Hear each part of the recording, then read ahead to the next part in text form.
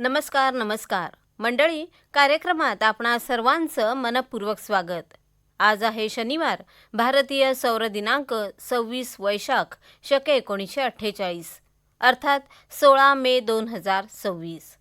मंडळी, कार्यक्रमात आज आपण ऐकणार आहोत निमखाऱ्या पाण्यातील कोळंबी शेती याविषयी डॉक्टर वर्षा भाटकर यांची ऋचा गद्रे यांनी घेतलेली मुलाखत. नमस्कार मंडळी, मासेमारी हा आपल्याकडचा एक महत्त्वाचा असा व्यवसाय आहे. पण आता मासेमारी बरोबरच मत्स्य संवर्धन हा सुद्धा आपल्याकडचा एक महत्त्वाचा व्यवसाय झालेला आहे. आणि आपण माशांचं संवर्धन खूप चांगल्या पद्धतीने करून त्यापासून चांगलं उत्पन्न देखील घेत आहोत. आज आपण निमखाऱ्या पाण्यातील कोळंबी शेती कशी करायची याविषयी माहिती करून घेणार आहोत. आणि ही माहिती देण्यासाठी आपल्या इथे जे मत्स्य महाविद्यालय आहे या महाविद्यालयातील सहाय्यक प्राध्यापिका डॉक्टर वर्षा भाटकर मॅडम आलेले आहेत आणि त्यांच्याकडून याविषयी आपण सविस्तर माहिती जाणून घेणार आहोत. नमस्कार मॅडम. नमस्कार मॅडम, सगळ्यात पहिल्यांदा कोळंबी शेती म्हणजे काय हे आम्हाला सांगा. निमखाऱ्या पाण्यातील कोळंबी शेती म्हणजे जे पाणी ज्याची क्षारता 20 ते 25 PPT ज्याला म्हटलं जातं, अशा पाण्यामध्ये ज्या कोळंबीचं संवर्धन केलं जातं. याच्यामध्ये 2 प्रजाती आहेत. एक म्हणजे टायगर कोळंबी, ज्याला पिनियस मोनोडॉन असं संबोधलं जातं. त्याचबरोबर दुसरी जी प्रजाती आहे ती म्हणजे पिनियस वनामी, ज्याला व्हाईट लेग श्रिम्प म्हणतात. आणि त्याचं संवर्धन आपल्या कोकण किनारपट्टीवर बऱ्याच ठिकाणी आता सुरू आहे. तर निमखारं पाणी कोळंबी संवर्धन हा जो आपला व्यवसाय आहे हा राज्याच्या आणि देशाच्या मत्स्य व्यवसाय वाढीसाठी अतिशय महत्त्वाचा भाग आहे. यामध्ये तुम्ही म्हणाल तर सामाजिक आणि आर्थिक विकास करत असताना ग्रामीण भागातील बेरोजगार किंवा नवयुवक जे आहेत त्यांना याच्यामध्ये रोजगाराची संधी उपलब्ध होते. आणि त्याचबरोबर देशाला परकीय चलन मिळवून देण्यात सुद्धा या व्यवसायाचा सिंहाचा वाटा आहे. त्याचबरोबर पारंपरिक मत्स्य शेतीतून सुरुवात केल्यानंतर जवळजवळ 1990च्या दशकामध्ये या कोळंबीमुळे राज्याच्या आणि त्याचबरोबर देशाच्या अर्थकारणात आमूलाग्र बदल झाले. आणि त्यानंतर खऱ्या अर्थाने व्यावसायिक मत्स्य शेती जी आपण म्हणतो ती सुरू झाली. आणि कोळंबी संवर्धन प्रकल्प या आपल्या कोकण किनारपट्टीवरती बऱ्यापैकी सुरू झाले.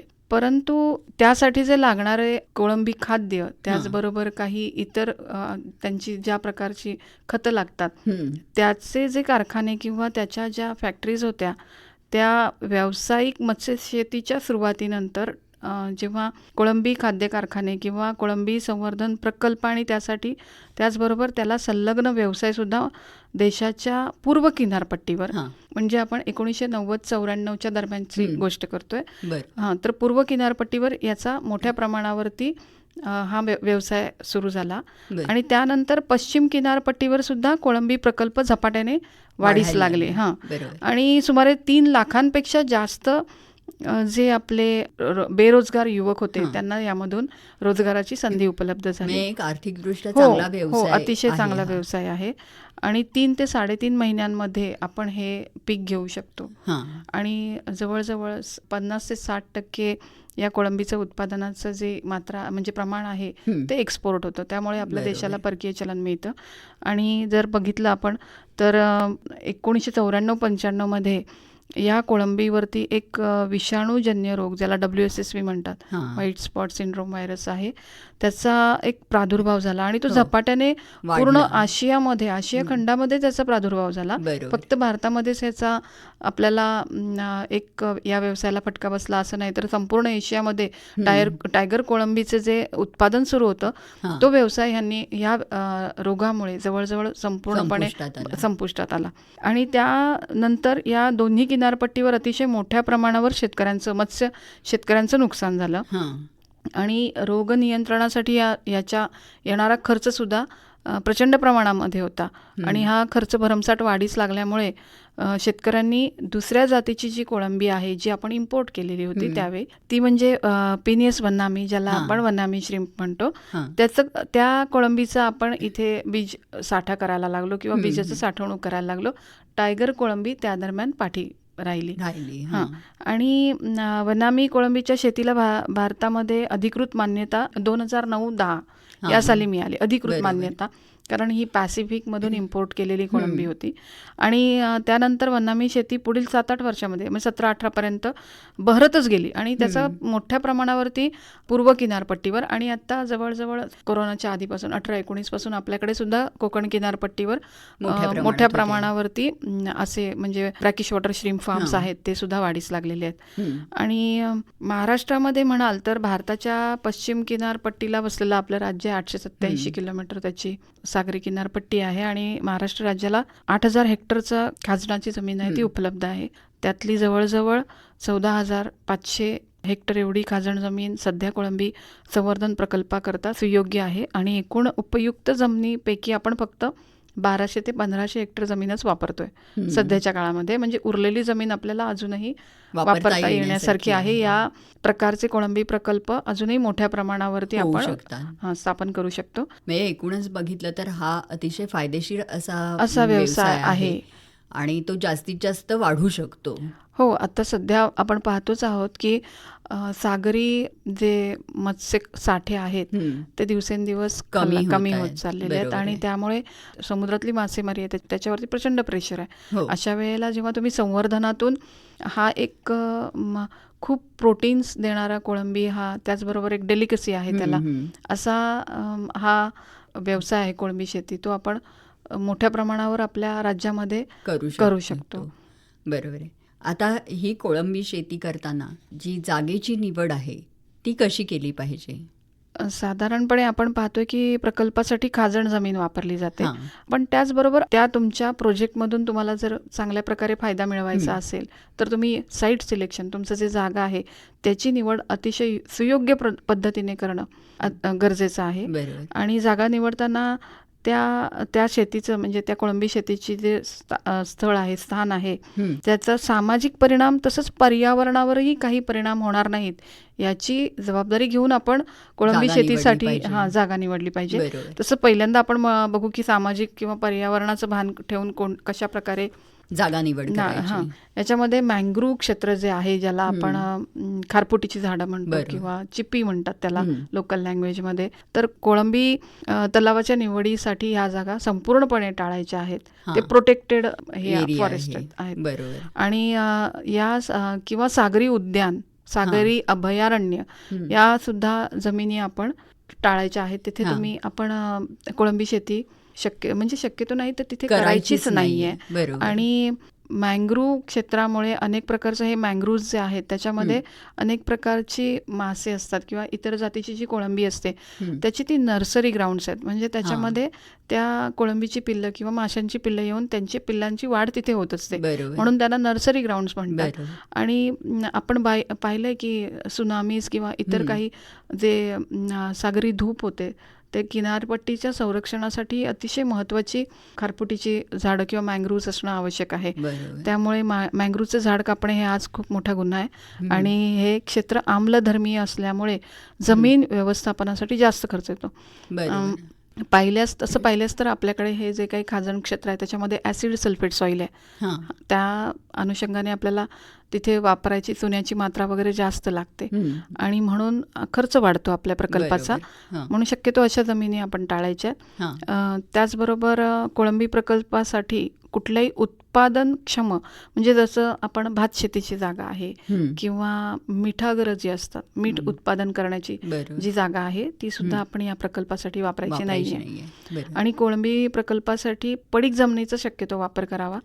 त्याचबरोबर जे नदीमुख असतं किंवा नदीची प्रणाली असते त्याचं शेवटचं टोक असतं, त्या जागा आपण कमी किमतीमध्ये आपल्याला लीजवरती किंवा विकत घेऊन, शक्यतो बऱ्याचशा जागा ह्या गव्हर्नमेंटच्या आहेत, त्याचबरोबर कार्लँडच्या आहेत आणि त्याचबरोबर काही जर प्रायव्हेट ह्या असतील जागा तर त्या वापरू शकतो.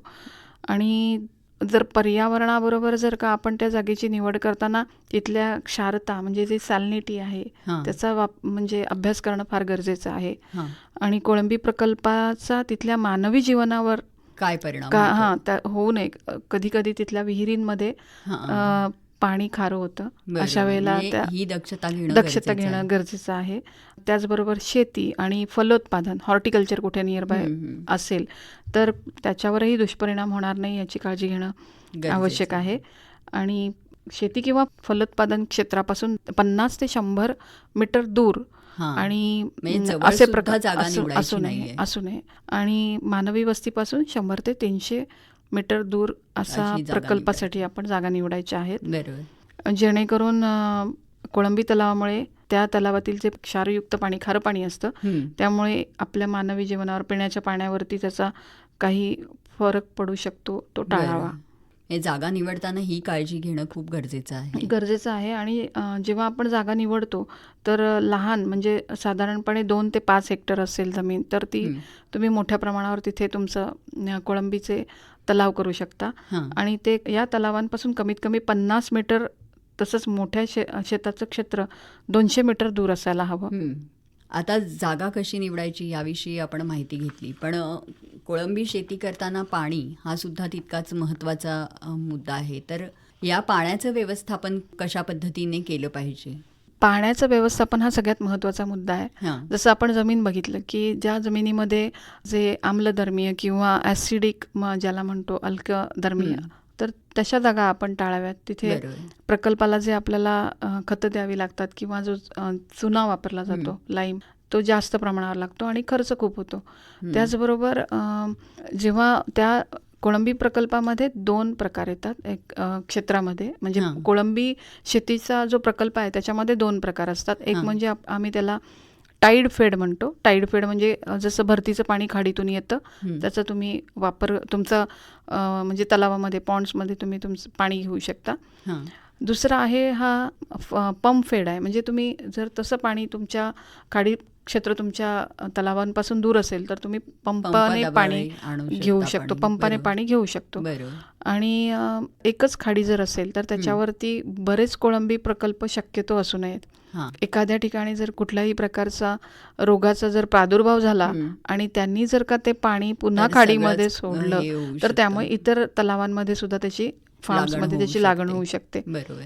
आणि सध्या कसं आहे की जेव्हा आपण आता पाहिलं की जागेची निवड करताना हल्ली नवीन अद्ययावत प्रणालींचा सुद्धा किंवा मशिनरींचा वापर, GPS म्हणा, रिमोट सेन्सिंग, त्याचा सुद्धा वापर केला जातो. आणि जलप्रथाचं आता आपण बोलतोय त्याप्रमाणे योग्य माती आणि उच्च दर्जाचा जर पाणी पुरवठा असेल, पाण्याचा सप्लाय असेल, तर ती जागा आपण नक्कीच निवडावी. आणि त्या पाण्याचे जे गुणधर्म आहेत त्याच्यात आपण बघतो की तापमान शक्यतो 28 ते 33 किंवा 32 पर्यंत. नंतर पारदर्शकता जी आहे, जास्त टर्बिड किंवा गढूळ पाणी असू नये, ते 25 ते 45 सेंटीमीटर. नंतर पाण्याचा जो आपण सामू किंवा pH म्हणतो तो 7.5 ते 8.2 पर्यंत असावा.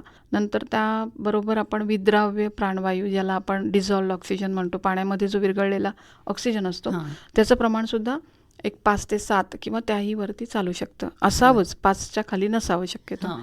त्यानंतर क्षारता आहे जी 15 ते 35 पर्यंत तर नक्कीच असावी.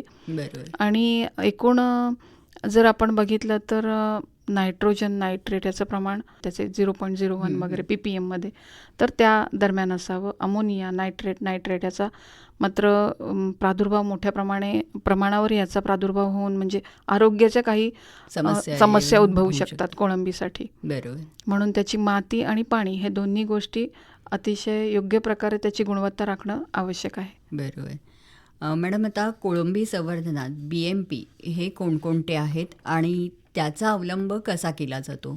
कोळंबी संवर्धनामध्ये BMP बेटर मॅनेजमेंट प्रॅक्टिसेस आहेत आणि त्याचा वापर केला जातो. सगळीकडेच त्याचा वापर करणं हल्ली आवश्यक आहे. कारण तुम्हाला जास्त मोठ्या प्रमाणावर तुमचे जर का कोळंबीचं क्षेत्र काही हेक्टरमध्ये असेल, तुमचे 10-15 पॉन्ड्स असतील, तर अशा तलावांमध्ये ह्या BMPचा म्हणजे उपयोग चांगल्या प्रकारे तुम्ही प्रोडक्शन घेऊ शकता. बरोबर. आणि परंतु निसर्गाचा समतोल राखूनच सामाजिक, नैसर्गिक आणि कायदेशीर मार्गाने आपण या सगळ्या कृती करायच्या आहेत. आता बांधकाम करताना तलावाचं बांधकाम हे योग्य प्रकारे झालं पाहिजे. आपल्याकडे आपण बघतो की आपली जी जमीन आहे त्याच्यामध्ये पर्कोलेशन रेट जे म्हणतो, लॅटराइट सॉईल आहे आपली, त्याच्यामध्ये पाणी धरून ठेवण्याची क्षमता फार कमी आहे. अशा वेळेला तलावामध्ये पाणी भरतोय आणि त्याचा निचरा होऊन जातोय, तर असं असू शक्यतो. हल्ली पॉन्ड्स आहेत किंवा फार्म्स आहेत ते लाइनर वापरतात. HDPE लायनर 400-500 मायक्रॉन्सचा टाकला जातो आणि त्यामुळे पाण्याचा असा प्रश्न येत नाही, उद्भवत नाही. दुसरी गोष्ट म्हणजे हा पण एक BMP मधलाच एक घटक आहे. हं. आणि तलावाची जी आपण पूर्वतयारी करतो, म्हणजे जसं शेतीची मशागत असते, भात शेतीमध्ये आपण मशागत करतो, हो. नांगरणी म्हणा किंवा इतर जे काही खतं देणं हा जो प्रकार आहे, तसा सेम प्रकार आपण इथे राबवत असतो. बरं. पिकाची आखणी केली जाते हं. की आपण किती पिकं घ्यायची आहेत. वर्षाला 2 पिकं घेतली जातात हं. आणि भविष्यात त्या योजनेप्रमाणे त्याची तयारी 2 महिने आधीपासून करावी लागते. हां. पूर्वतयारी केव्हा करायची, पाणी केव्हा घ्यायचं किंवा बीज केव्हा आणायचं. आपल्याकडे पश्चिम किनारपट्टीवरती हॅचरीज नाहीत, म्हणजे बीजोत्पादन केंद्र नाहीत. आपण त्या विशाखापट्टणमपासून जवळजवळ नेल्लोर आणि चेन्नईमधून आपलं सीड येतं किंवा हां. श्रीम सीड आपलं by air By air. Airport म्हणजे वरती गोव्याला येतं. गोव्यावरून आपण ते रत्नागिरीमध्ये आणतो किंवा हां. पुढे मुंबईवरून रायगडला किंवा असं बीज आणायचं झाल्यास आपल्याला किमान एक 15 दिवस तरी आपल्याला त्या बीजोत्पादन केंद्रामध्ये हॅचरीमध्ये तसं आपल्याला ऑर्डर द्यावी लागते की आपलं बीज कसं असणार आहे, आपल्या पाण्याची प्रत काय आहे, आपल्या पाण्याचं जो क्षारता आहे, सॅलिनिटी आहे ती आपल्याला सांगावी लागते. नाहीतर आपल्या इथे जर 35 असेल आणि त्यांच्याकडे 15 असेल तर इथे आल्यानंतर त्याची मॉर्टॅलिटी होऊ शकते. मग आपल्या पाण्याची क्षारता आणि pH त्यांना कळवावा लागतो. मग त्याप्रमाणे ते ॲक्लिमेटाईज करतात. बरोबर. त्याचं त्या तिकडच्या पिल्लांचं तसं संगोपन केलं जातं त्या आणि त्यानंतर वातावरणामध्ये. आणि नंतर त्याचं अनुकूलन करून आपल्याकडे ते पाठवलं बरोबर. जातं. म्हणजे ही एक पूर्वतयारीच हो, आहे. ही पूर्वतयारीच आहे. आणि त्यानंतर तर बीज सोडल्यानंतर आपण फीड आणायला जायचं नाहीये. तर त्याला लागणारं जे लहान आकाराचं खाद्य आहे, ज्याला क्रंबल म्हणतो, ते खाद्य आपण तयार ठेवायचं आहे. हां. आणि पहिलं जवळजवळ 15 दिवस आपण ब्लाइंड फीडिंग करतो, म्हणजे त्याच्या वजनाच्या हिशोबाने नंतर फीडिंग चालू होतं. आणि खाद्यपुरवठा केंद्राकडे आपल्याला ती नोंद करावी लागते की आपल्याला ह्या प्रकारचं फीड किती लागणार आहे, किती किलो लागणार, किती टन लागणार आहे, ते नोंद करावी लागते. तसंच आपल्याला त्या खाद्याचा साठा करावा लागतो.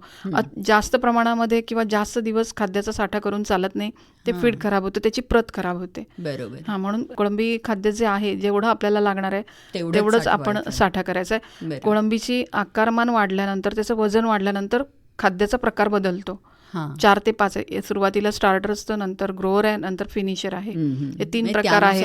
त्यानुसारच आपल्याला त्याच्या तोंडाचा आकार वाढला, त्याचं शरीर वाढलं, त्याची भूक जशी वाढते किंवा त्याला जे जास्त प्रमाणावर आपण खाद्य देतो. सुरुवातीला जर 1 ग्रॅम आपण किंवा 0.1 ग्रॅम वापरत असू तर ते 5 ग्रॅमवर जातं. तर हळूहळू त्याचं फीड वाढतं. त्याचप्रमाणे आपल्याला खाद्यही वाढतं, खाद्याचा प्रकार आणि खाद्याचा आकार दोन्ही बदलतो. आणि नंतर मग आपण बघायचं की BMP मध्ये दुसरं येतं पूर्वतयारी. पूर्वतयारीमध्ये आपण पूर्ण पाणी आपल्या तलावामधलं काढून टाकायचे, ड्राय करायचे पॉन्ड. नंतर जर शक्य असेल तर ट्रॅक्टर्स लावून आपण लेबल करून घ्यायचे, त्याच्यामध्ये जो स्लज असेल तो काढून टाकायचा आहे. आणि त्याचा pH बघून, pH अभ्यास करून त्याचा आपल्याला किती किलो आपल्याला लाईम किंवा चुना मारावा लागणार आहे. pH जर का खूपच खाली असेल 5, 4, 3 वगैरे तर त्याला भरपूर मोठ्या प्रमाणावरती आपल्याला चुनाचं मात्रा द्यावी लागते. आणि त्याप्रमाणे आपण पूर्वतयारीमधला पहिला घटक हा असतो की चुना किती लागणार आहे. ब्लिचिंग पावडर, पाणी थोडं घेऊन आपण ब्लिचिंग पावडर मारतो, जेणेकरून अनावश्यक जे काही कीटक, मासे किंवा दुसरे काही जीव असतील ते त्याचं नायनाट करावा लागतो, नष्ट होतो. मग आपण पाणी घेतलं जातं, पुन्हा चुन्याची मात्रा दिली जाते, खतांचा वापर केला जातो आणि पाण्याला एक हलका हिरवा रंग आल्यानंतर एवढी पूर्वतयारी केली जाते. आता कोळंबी बीजाची जी निवड आहे ती कशी केली पाहिजे, ती करताना काही काळजी घेणं आवश्यक आहे का? कोळंबी बीज संवर्धन करताना बीजोत्पादन केंद्रामधून, हॅचरीजमधून आपण जेव्हा ते सीड घेऊन येतो तेव्हा त्याचे PCR टेस्ट होते. म्हणजे आपल्याला त्याला कुठलाही रोग नाही आहे ना, विषाणूजन्य रोग नाही आहे ना, पॉलिमेरिक चेन रिॲक्शन ज्याला म्हणतात, PCR टेस्ट केली जाते. त्यानंतर त्याच्या शक्यतो एकाच हॅचरीमधून सीड आणलं जातं, वेगवेगळ्या हॅचरीमधलं सीड स्टॉकिंग केलं जात नाही, एकाच आकाराचं लागतं. त्याला PL6, PL7 म्हणतो, म्हणजे पोस्ट लार्वा 6, पोस्ट लार्वा 7, म्हणजे PL6 म्हणजे 6 दिवसांचा, 7 म्हणजे 7 दिवसांचा, ते 12 दिवसांपर्यंत. शक्यतो लहान साईजही येते, मोठीही मिळते. असं एका बॅगमध्ये 300 ते 350 PL पोस्ट लार्वा असतो. आणि एका मोठ्या थर्माकोल बॉक्समध्ये 4 बॅग असतात पॅक केलेल्या. आणि हे काही इंडिव्हिज्युअली एक बीज मोजत नाहीत, ते चमच्याने किंवा त्यांचं एक ठराविक पात्र असतं, माप असतं, त्याच्याप्रमाणे ते भरलं जातं. इथे आल्यानंतर मग आम्ही 1-2 बॅग उघडून त्याच्याप्रमाणे चेक करतो की ह्या बॅगचा काउंट काय आहे. बरोबर. आणि मग 2 काउंटवरून समजा तुमच्याकडे 20 बॅग येणार असतील, 100 बॅग येणार असतील किंवा 500 बॅग येणार असतील, त्याचा अंदाज येतो आपल्याला 3 ते 4 बॅग काउंट केल्यावर. त्याचं ॲव्हरेज काढायचं, बाबा एकामध्ये मला 3,500 त्यांनी सांगितलंय, त्या एकात 3200, एकात 3700, एकात खरंच 3,500 असं मिळालं. ॲव्हरेज काढायचं आहे आणि मग आपल्याला कळतं की आपल्याकडे खरं बीज किती आलं. 10 ते 15% बोनस आपल्याला पाठवतात ते, कारण ट्रान्सपोर्टमध्ये, वाहतुकीमध्ये किंवा साठवणूक करताना सुद्धा मरतूक होत असते त्याची, म्हणून.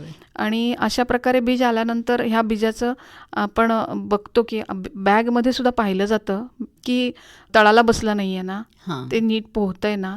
तळाला बसलं असेल तर कळतं की आपल्याला की इथे मॉर्टॅलिटी झाली, म्हणजे बीजाची मरतूक झालेली आहे. तसं आपल्याला रिपोर्ट करावा लागतो किंवा आपल्याला खाद्य नियंत्रण करावं लागतं, कारण इथेच जर मॉर्टॅलिटी झाली आहे तर मग आपण ते बीज सोडल्यानंतर काहीच, म्हणजे समजा 100% जर 30% इथेच मॉर्टॅलिटी झाली तर पुढे आपलं किती साठवणूक झाली त्याचं कॅल्क्युलेशन आपल्याला करावं लागतं.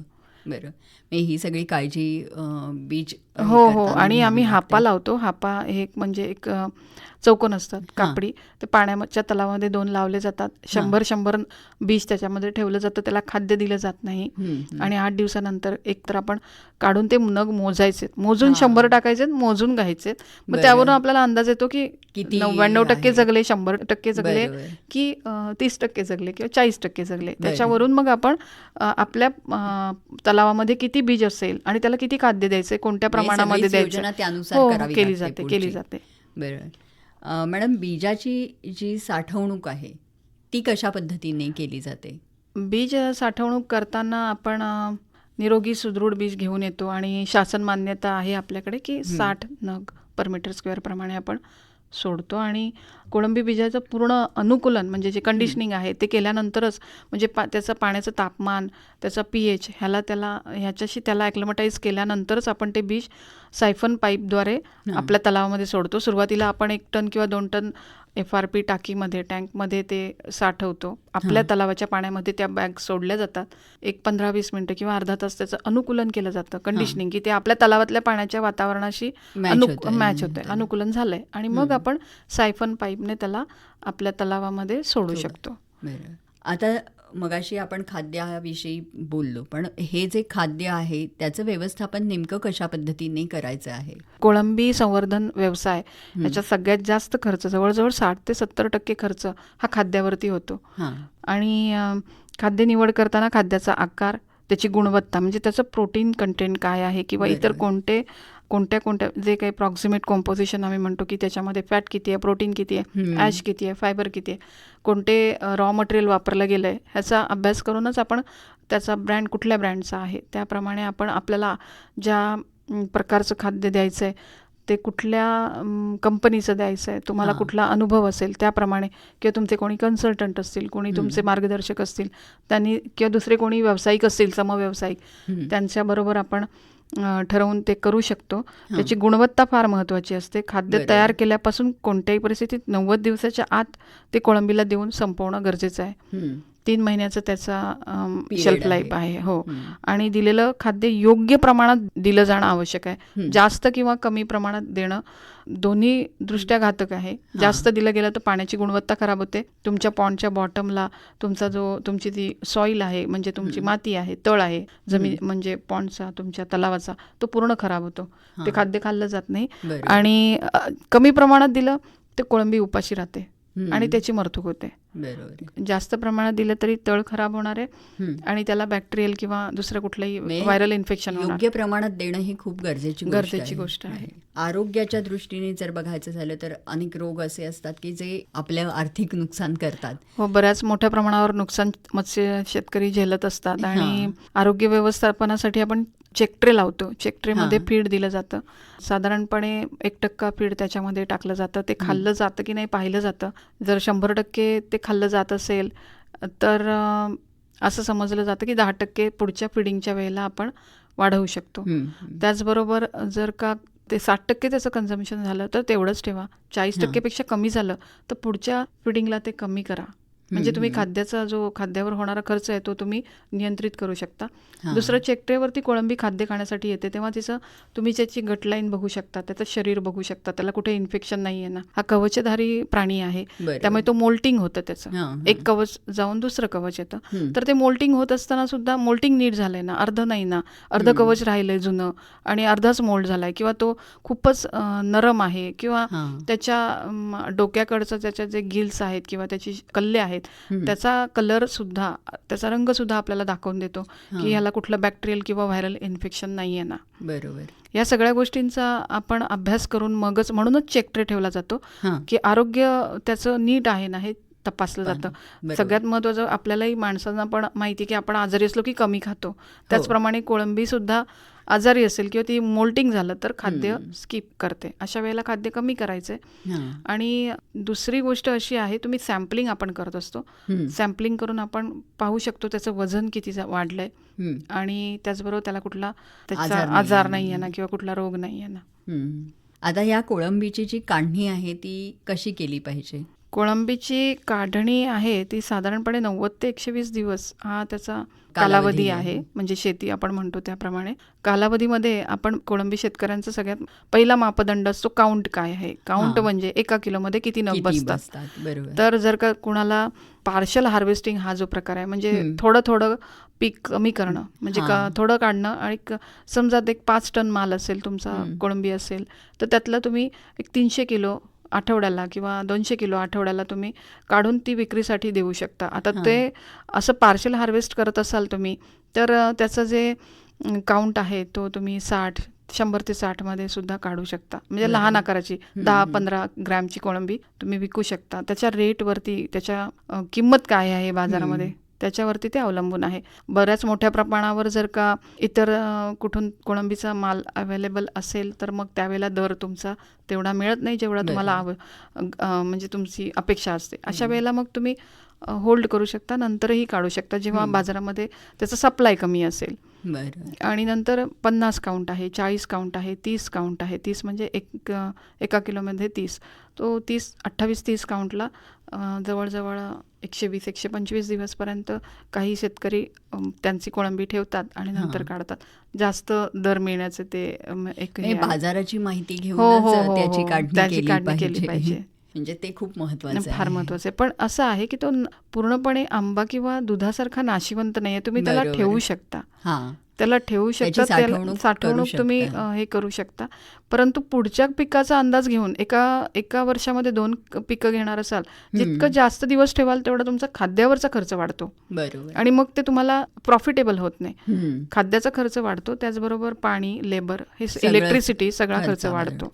बरोबर. एकूण काय कर, निमखाऱ्या पाण्यातली कोळंबी शेती करताना आता जे सगळे मुद्दे तुम्ही सांगितले ते विचारात घेऊन जर तशा पद्धतीने शेती केली तर ती नक्कीच फायदेशीर आहे. यशस्वी मत्स्य शेतकरी आपण निर्माण करू शकतो. त्यांनी जर का BMPचा वापर केला, सस्टेनेबल ॲक्वाकल्चर जर फॉलो केलं तर नक्कीच एक हा फायदेशीर व्यवसाय आहे. नक्कीच.